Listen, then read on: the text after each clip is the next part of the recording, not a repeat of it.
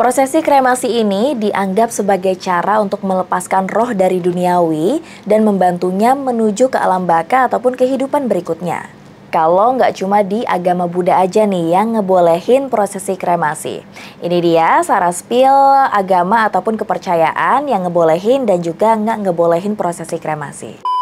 Akhir-akhir ini lagi rame banget di sosial media ngomongin soal kremasi. Yap, singkatnya kremasi itu proses pembakaran jenazah sampai jadi abu. Tapi ternyata ada juga loh beberapa agama lain yang juga ngebolehin prosesi kremasi. Masa sih? Yuk kita bahas. Menurut KBBI, kremasi itu adalah pembakaran mayat sampai jadi abu atau biasa disebut juga pengabuan. Dan ternyata sohib, nggak cuma umat Buddha aja nih yang ngelakuin kremasi. Beberapa agama lain misalnya Hindu, Kristen, Konghucu juga ngebolehin kremasi. Kremasi ini jadi salah satu pilihan selain mengubur jasad manusia yang telah meninggal. Makanya prosesnya nggak bisa sembarangan, ada tahapnya. Mulai dari administrasi, semua dokumen berikut harus lengkap. Selanjutnya, identifikasi jenazah. Biasanya, jenazah akan diberi label logam sebagai identitas. Berikutnya, perawatan jenazah. Nah, ini mulai dari dimandikan, dibersihkan, perhiasan, aksesoris, ataupun alat medis yang nempel akan dilepas dan dikembaliin ke keluarga. Terus juga peti jenazah. Jenazah akan dimasukkan ke dalam peti yang nantinya akan ikut dibakar selama proses kremasi. Nah, untuk proses kremasinya sendiri sohib, ini suhunya tuh harus diperhatiin. Untuk proses kremasi ini suhunya sekitar 760 sampai 1000 derajat Celcius. Nah, prosesnya sekitar 1,5 sampai 3 jam, tergantung peralatan yang dipakai. Karena ada fragmen mineral tulang yang nggak terbakar, maka biasanya akan digiling supaya jadi bubuk. Setelah proses kremasi selesai, terus pengumpulan abu. Abu jenazah akan dikumpulin dan dimasukin ke dalam wadah khusus, terus diserahkan ke keluarga. Mungkin masih ada beberapa yang bingung, abu jenazahnya dikemanain?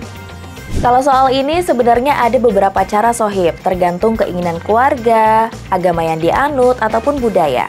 Misalnya disimpan di rumah, atau bisa juga disimpan di penitipan kolumbarium.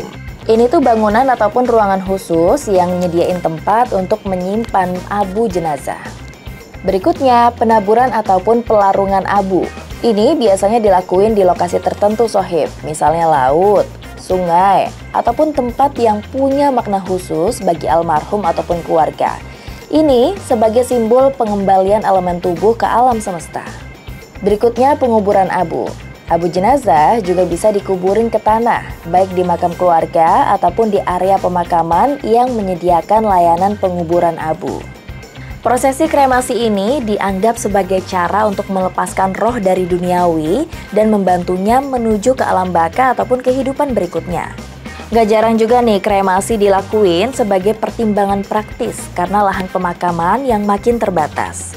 Seperti yang udah Saras mention tadi ya, kalau nggak cuma di agama Buddha aja nih yang ngebolehin prosesi kremasi. Ini dia saraspil agama ataupun kepercayaan yang ngebolehin dan juga nggak ngebolehin prosesi kremasi. Sebenarnya prosesi kremasi ini nggak cuma karena agama aja, tapi bisa juga karena tradisi ataupun budaya. Misalnya tradisi ngaben di Bali. Terus gimana ya prosesi pemakaman agama lainnya di Indonesia? Kalau dalam agama Islam sohib, jenazah nih harus segera dimakamkan. Biasanya dalam waktu 24 jam setelah kematian.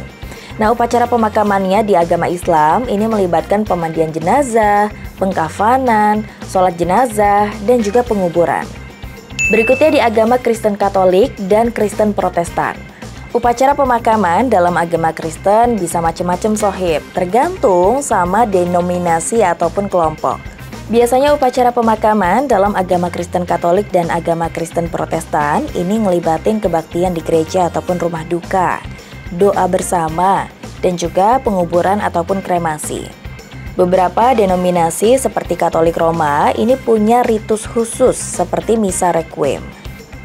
Upacara pemakaman dalam agama Buddha sering banget ngelibatin kremasi. Beberapa ritualnya ini terdiri dari meditasi, pembacaan sutra, dan juga penghormatan kepada jenazah. Lalu abu jenazah biasanya disimpan di stupa ataupun dihanyutkan di sungai atau laut sebagai simbol pengembalian elemen tubuh ke alam semesta. Selanjutnya agama Hindu. Dalam agama Hindu, kremasi ini juga boleh dan jadi praktik yang umum. Upacara pemakaman ini ngelibatin berbagai ritual, misalnya pemandian jenazah, doa, dan pembakaran jenazah. Abu jenazah kemudian dihanyutkan di sungai yang suci seperti Sungai Gangga. Untuk proses pemakamannya biasanya terdiri dari jibok. Ini memasukkan jenazah ke dalam peti mati. Kertas emas dan perak ini sering dimasukin ke dalam peti mati sebagai bekal kubur untuk melindungi tubuh dari gangguan roh jahat. Kemudian maisong atau peti mati ditempatkan di luar rumah dan lebih banyak doa-doa yang dikumandangkan. Berikutnya, sangcong ataupun mengantar jenazah ke tempat pemakaman. Prosesi ini biasanya diiringi dengan doa dan juga nyanyian rohani sohib.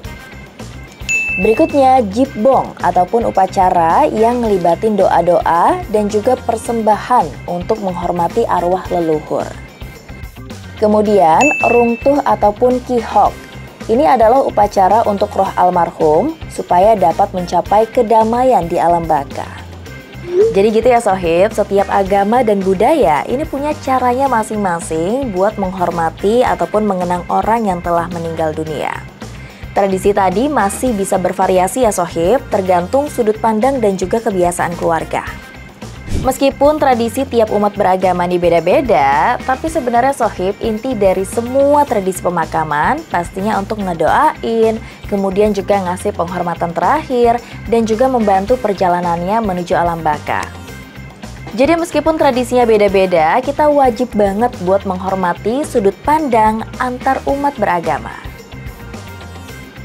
Yuk bareng Indonesia Baik, bikin Indonesia jadi lebih baik.